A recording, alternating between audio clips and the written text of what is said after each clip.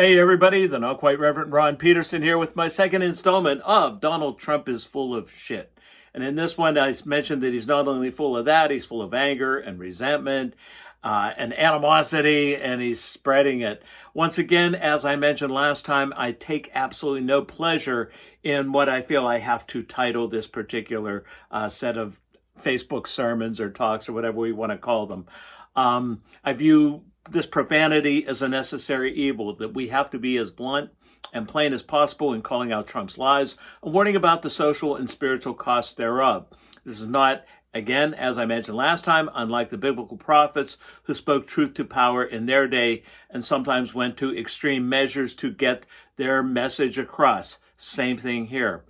And for me, while this means addressing all of his lies, I'm especially right now focused on the ones about other people. What the Judeo-Christian tradition, that tradition that the people on the right insist is the bedrock of Western civilization, what that tradition calls bearing false witness against your neighbor, the ninth commandment of the 10 commandments, the bedrock of the Jewish Christian tradition.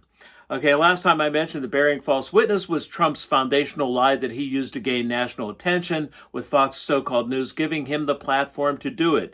It was the lie known as birtherism, the accusation that President Barack Obama was not born here in this country, and therefore didn't have a legitimate right to be president. Okay, now he knew it was a lie. Fox knew it was a lie. Trump's lawyer, ex-lawyer Michael Cohen, said that there was no way that he believed any of that nonsense, right? So everybody knew it was a lie, but still entertained it anyways. This time I'll focus on his second foundational lie from when he announced his candidacy for the Republican nomination for president. You remember that when he was coming down that gold escalator, in Trump Tower and making that big to-do about it. After a few opening statements, he said this about Mexico. When Mexico sends its people, they're not sending their best. They're sending people that have lots of problems, and they're bringing those problems with us. I think this is a direct quote. I think he meant to say they're bringing those problems with them. But as I said, it's a direct quote. So I'm just going to read it the way he said it. After he said that, he says they're bringing drugs, they're bringing crime, they're rapists, and some, I assume, are good people. Okay? Note that. Some, I assume, are good people. Some might be good people, right? Maybe, maybe not. We're just going to assume it. And so to promote himself, he was more than happy to disparage the people of an entire country, to bear false witness against them because what he said was not provable. As I mentioned last time, the Judeo-Christian tradition speaks specifically against that, with the scholars of that tradition, as I mentioned, with this Torah sitting behind me, that they did commentary on it, those scholars having warned that the liar infects both himself and the social fabric. And that's exactly what Trump did with that lie. He didn't just order a provable falsehood against an entire group of people. He also infected the social fabric by conjuring up anger, resentment, and animosity against them. And that gave his lies even greater staying power. And therein lies that the heart of that social infection that those scholars warned us about. Like, what do you suppose happens when a society, or a large swath of it, doesn't challenge a lie of that magnitude or of the person uttering it? Or even worse, when they encourage it by elevating the liar who spoke it to higher levels?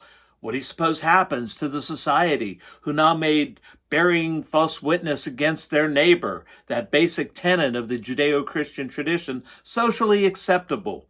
What happens when Christians, notably evangelicals in this case, don't say a word against that liar for violating their own scriptures, but instead back him and promote him as the person they want to lead their country? What happens when one man and one party sabotage the ethical brakes against lying in their own quest for political power? There's a reason why one party produced a liar like George Santos and refuses to rid themselves of him, and the other party neither produces nor tolerates someone of that loathsome ilk.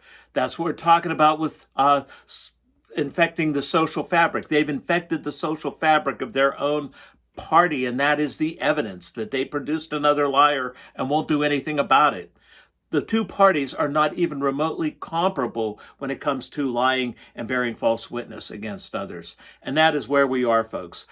We have a party with liars devoted to misleading a whole nation and are more than happy to make those lies stick by adding unhealthy doses of anger and resentment to it to keep emotions high in holding the lie and responses against those lies low. And I want you to think about this stuff, because next time around, I'm going to be giving you a real life example of that. And I will see you then.